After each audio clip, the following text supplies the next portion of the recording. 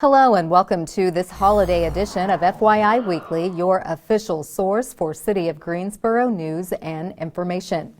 The city's 10-year plan to commit $50 million in local funding to improve access to and the condition of affordable housing in Greensboro is moving forward.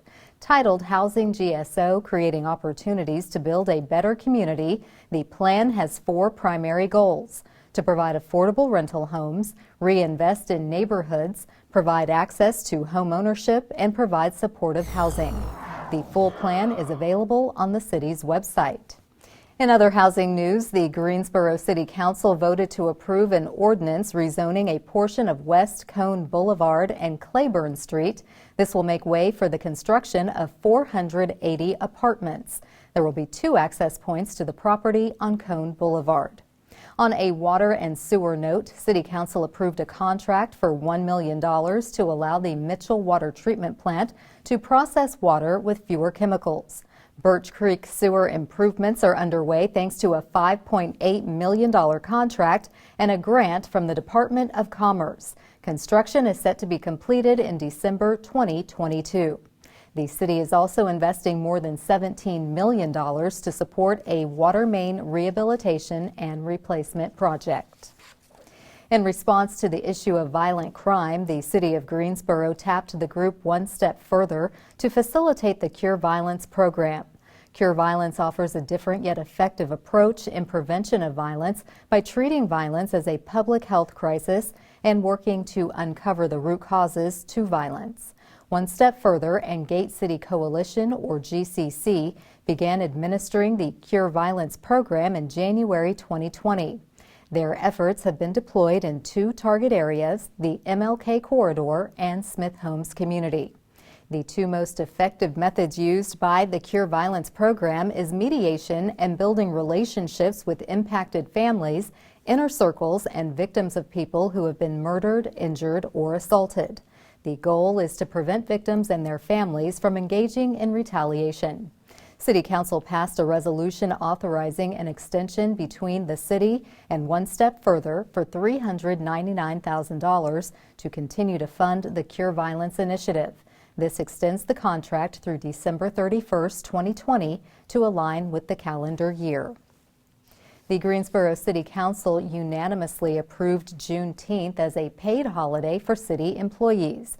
On Friday, June 18, 2021, the city will suspend regular operations to observe this important occasion in our nation's history.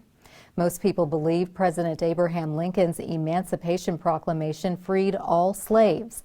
In reality, it was not until Union soldiers were able to enforce the Emancipation Proclamation that all black people in the South were freed. The Juneteenth holiday honors the date of June 19, 1865, when Union soldiers enforced the emancipation of slaves in Texas. The abolishment of slavery is a landmark event in civil rights history. Given Greensboro's connection to the civil rights movement, the city feels it is more than fitting to join the ever-growing list of governments and private employers recognizing Juneteenth as an official paid holiday. While slavery has been abolished, there continues to be significant gaps between whites and people of color in nearly every indicator of success. These gaps are seen in education, healthcare, life expectancy, home ownership, employment, and criminal justice. At the request of the Greensboro City Council, the Human Rights Department is forming an ad hoc committee for African American disparities. Through community feedback, research, and policy review, committee members will explore local policies, procedures, and regulations in an effort to identify barriers to success for African Americans. The committee will present its findings and recommendations to the City Council. The city encourages residents to bookmark the winter closings pages on the city's website. This is the best way to stay up to date on changes to city government services and hours of operations during inclement weather. Simply visit greensboro-nc.gov/winter closings on the city's website. The winter closings page features a link to an interactive map that shows where snowplows are operating throughout Greensboro. There are also links to the city's official Facebook and Twitter pages. The page also includes the list of local news stations that report city government closings and delayed openings. Now is the ideal time to visit the city's website and bookmark the winter closings page in advance of any winter weather events. In an effort to help each of us improve our quality of life, the city developed a partnership with Cone Health to share a series of brief and informative videos designed to inspire you to make better choices when it comes to healthy living. Let's take a moment to check out today's news for your health. Who has time for healthy eating when you're on the run? Do you think that soda machines and candy and vending machines are your only option?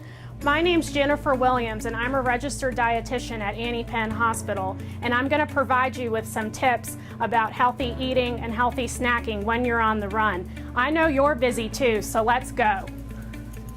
A lot of people don't have time to eat breakfast because they think it has a lot of preparation involved, such as bacon and eggs, things like that, but there's also some really healthy options that you can use for breakfast. I know a lot of times people like to go for the honey buns and things like that, but unfortunately these have a lot of sugar and unfortunately aren't things we should be eating every day. Kind of going along the same route, something that would be good are things like these sandwich thins that are very low in calories, high fiber source. You can easily stick those in the toaster, add some peanut butter for an on-the-go breakfast. Oatmeal is also a great choice. It's got high fiber, and also adding something, say like a boiled egg to it, will give you that additional protein. Something easy like yogurt is also an option. Here we have some Greek yogurt that has a lot higher protein content than your traditional yogurt, although you can use your traditional yogurts as well. And even adding some fruit to get a fruit serving to the plain yogurt can really cut down on those sugars. Preparing healthy meals can be a challenge, but with some advanced planning, we can really be successful here. A lot of times when you're thinking about on the run, people go to their freezer section in the store and pick these prepackaged meals. So if you do want to choose things such as these, choosing meals that are 600 milligrams in sodium per serving or low is really key here. If you want a more fresh option, making a salad can be really, really easy with a little bit of advanced planning here. Choosing a bag salad mix such as spinach, which is actually higher in iron and nutrients than your iceberg lettuce, and choosing these pre-cut vegetables like your baby carrots and these grape tomatoes, adding them to a bowl, and choosing a protein such as this tuna packed with water in a pack is a very good, easy, quick option. To get some more vegetables in your diet, choosing these steamable vegetables such as this California medley without any butter or sauces can be a great option. All we have to do is put it in the microwave, cook it, and we're on our way to a healthy meal. Everybody loves nuts, and they're typically known as a healthy snack. However, even though nuts have benefits such as heart-healthy fats, there are a lot of calories in nuts. For example, a quarter a cup of these nuts is over 170 calories. Even something like trail mix that has nuts in it often has chocolate, other types of things that can make it high in sugar, high in calories, and not very nutritious. If you do like nuts, something like these 100-calorie packed nuts that are already pre-portioned out for you can really get that right serving right at the right time for you. Vegetables can be a really great snack. Things like baby carrots or other pre-cut vegetables save that added time in having to prepare those vegetables yourself. Pair this with something like hummus, which is a chickpea spread that's very high in protein, and you have a great snack. Something like string cheese can also work. Everybody likes cheese, but of course it's high in calories and high in fat and cholesterol and sodium. But these string cheese sticks do the trick because they're already small and pre-portioned for us.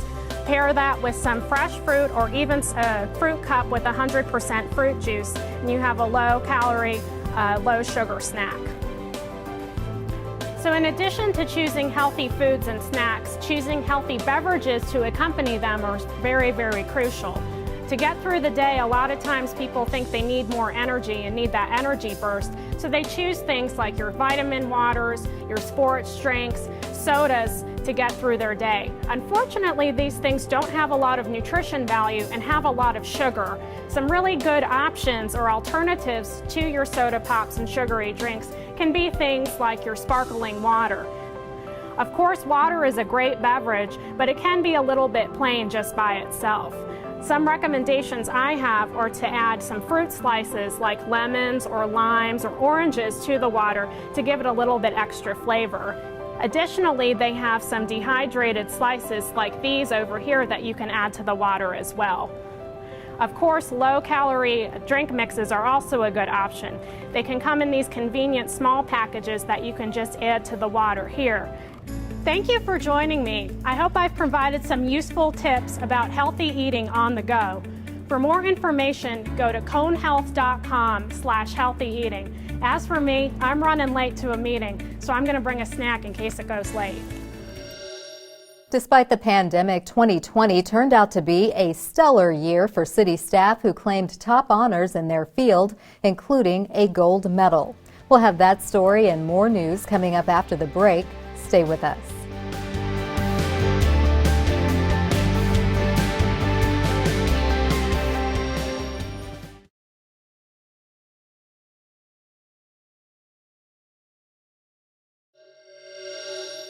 Welcome back to FYI Weekly. The city of Greensboro is a smart gigabit community, according to Segra, a fiber infrastructure communications provider based in Charlotte. This designation is in conjunction with US Ignite, a nonprofit organization seeking to accelerate the smart city movement. This partnership will help advance Greensboro's smart city initiatives, which focus on expanding broadband and connectivity, promoting innovation and technology-based entrepreneurship. Jane Nichols, the city's chief information officer, said through this partnership, we will have access to resources that will enable the city to accelerate its efforts to expand internet options in underserved areas of the city and shine a spotlight on innovation in Greensboro. The Smart Gigabit Initiative is made possible by a 3-year grant from Segra, one of the largest independent fiber networks on the East Coast. It marks the first Smart Cities collaboration between US Ignite and Segra.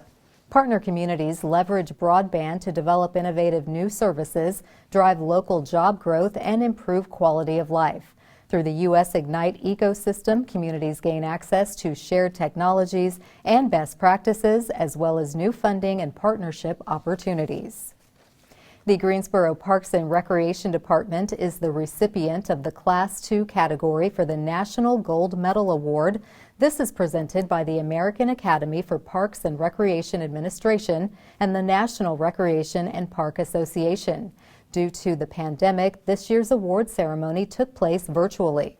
Greensboro brought home the gold medal back in 2002. In 1987 and 1979, they were a finalist in 2019.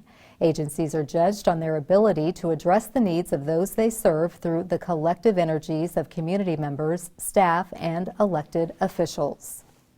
Guilford Works is the recipient of the Governor's NC Works Awards of Distinction for Innovation Partnerships for Code Guilford Community Coding Workforce Initiative.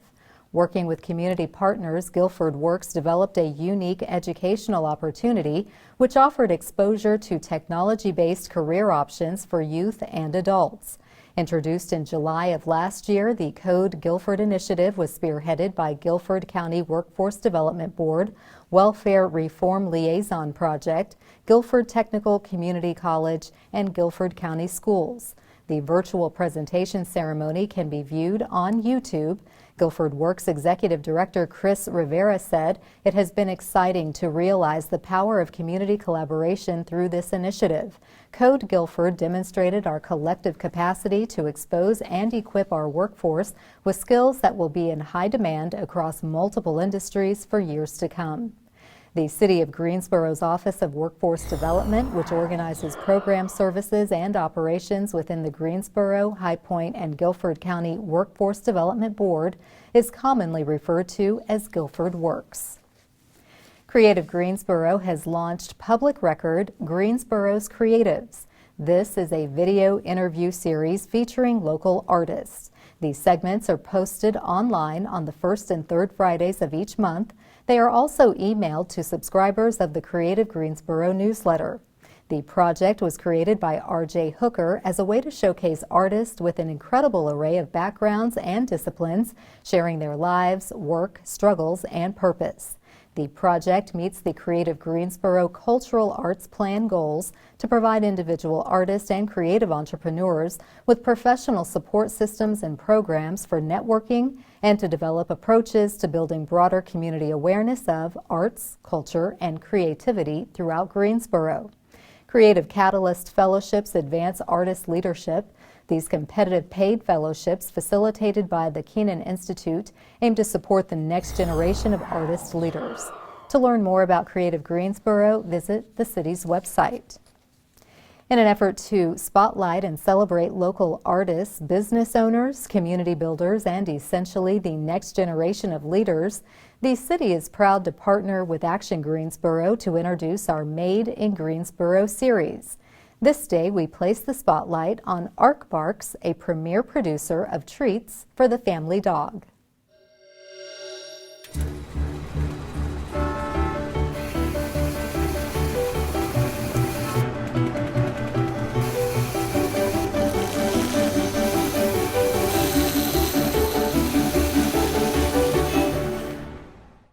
Dogs are at the heart of one of the city's unique vocational trainings, the Barks Dog Treat Company, the Spring Garden Street Bakery, where special dog treats are made by special hands.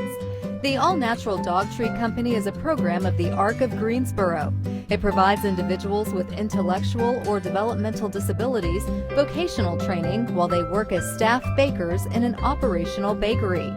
21 people currently serve as bakers, with 8 working each day, Monday through Friday, making the treats, packaging them, and selling them. Jessica Kamir is the program manager at Barks. She says this project gives the team a sense of self-worth and purpose as the bakers learn skills, which adds great value for a population that is often overlooked. Don Scales is the business manager and says a lot of their bakers have jobs outside of Barks, which reinforces the skills they use in the workplace. The dog treats are also sold at Fresh Markets, Lowe's Foods, and Best Way Grocery Company locations.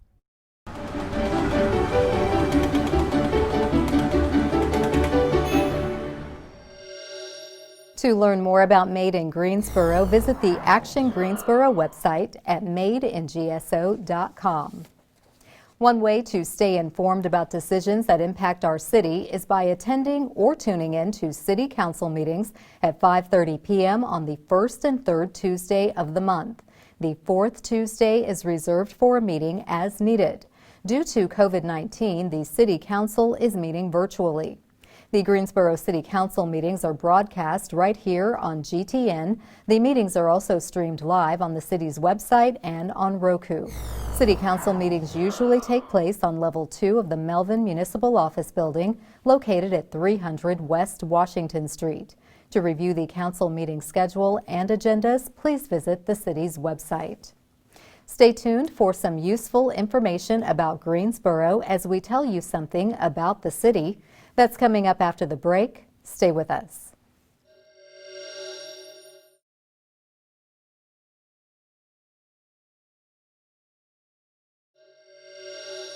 Welcome back to FYI Weekly. The Greensboro Virus Relief Task Force has granted more than $2.5 million to more than 100 local nonprofits, directly assisting thousands of families in Greensboro. The funds were allocated from the Greensboro Virus Relief Fund, established by United Way of Greater Greensboro, the City of Greensboro, and the Community Foundation of Greater Greensboro. The task force is co-chaired by Assistant City Manager Larry Davis and Frank McCain, Vice President of United Way's Community Impact and Investments. Other members of the task force are representatives from Community Foundation of Greater Greensboro, Greensboro Chamber of Commerce, Guilford County, and community leaders representing human service-focused areas. The task force awards grants up to $25,000 to organizations addressing the designated priority areas. Nonprofit groups interested in grant funding can submit applications on United Way's website. Coming up after the break, we'll showcase our department spotlight, but first we have an important message about COVID-19.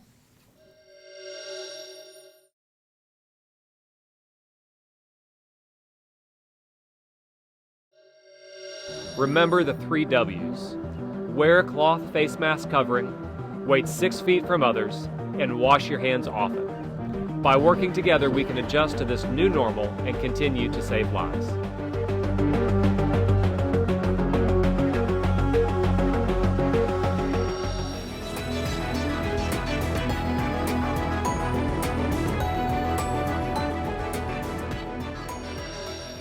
Welcome back. The City of Greensboro has more than 20 departments and several divisions committed to serving you, our residents and visitors. Let's go behind the scenes in our department spotlight. Greensboro's recycling program does not accept foam and styrofoam. However, these items are accepted at a new drop-off location thanks to the Tiny House Community Development. Number 6 foam packaging and food service products can be dropped off in the outdoor recycling containers behind the Tiny House facility located at 1310 West Gate City Boulevard. Foam must be clean, dry, and free of labels and tape. Please note, foam packing peanuts are not accepted. Foam dropped off at this location will be made into picture frames and molding. Proceeds from the sale go to the supporting Tiny House Community Development and reducing homelessness in the Triad. For more information about this program, contact Bill McNeil at 919-622-3303. For more information about Greensboro's recycling program, please visit the city's website. Straight ahead on the other side of the break is this week's Way to Go GSO shout-out. Stay with us.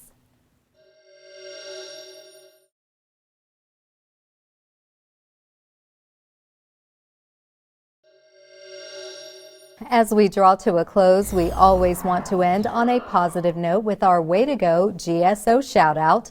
This week's shout-out goes to Bridget Blanton, Director of the Greensboro Public Library. Congratulations to Bridget for being named the 2020 Director of the Year by the North Carolina Library Directors Association.